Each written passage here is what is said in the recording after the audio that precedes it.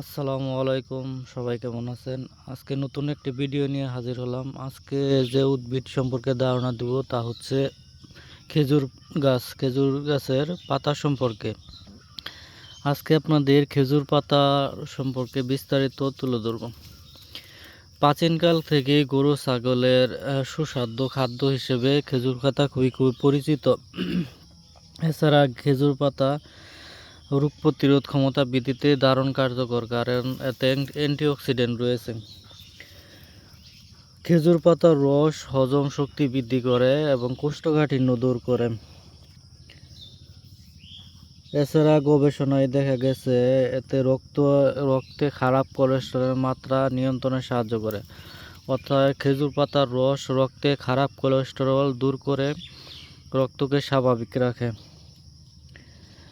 এতে প্রাকৃতিক antioxidant anti inflammatory থাকে, যা কোষের ক্ষতিরোধে সাহায্য করে।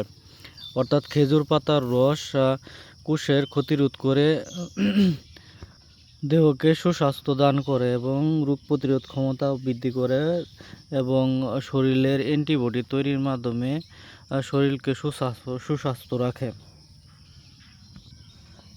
এছাড়া খেজুর পাতার রস রক্তচাপ কমাতে সাহায্য করে। তো আজকে আপনাদের এই খেজুর পাতার একটি আশ্চর্য গুণাগুণ তুলে ধরব।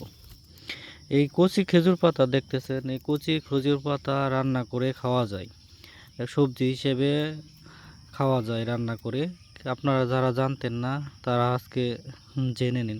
তবে এই কচি খেজুর পাতা সঠিকভাবে কর্তন করে না রান্না করলে খেজুর গাছ মরে যেতে পারে, তাই এ বিষয়ে সতর্ক থাকবেন। এখন এর কিছু সতর্কতা তুলে ধরব, খেয়াল করবেন। শুকনো খেজুর পাতা কখনো খাবেন না।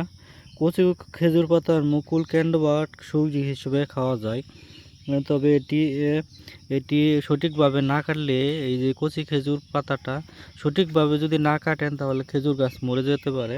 এই বিষয়ে সতর্ক থাকবেন। সবাই ভালো থাকবেন। আল্লাহ হাফেজ। আসসালামু আলাইকুম।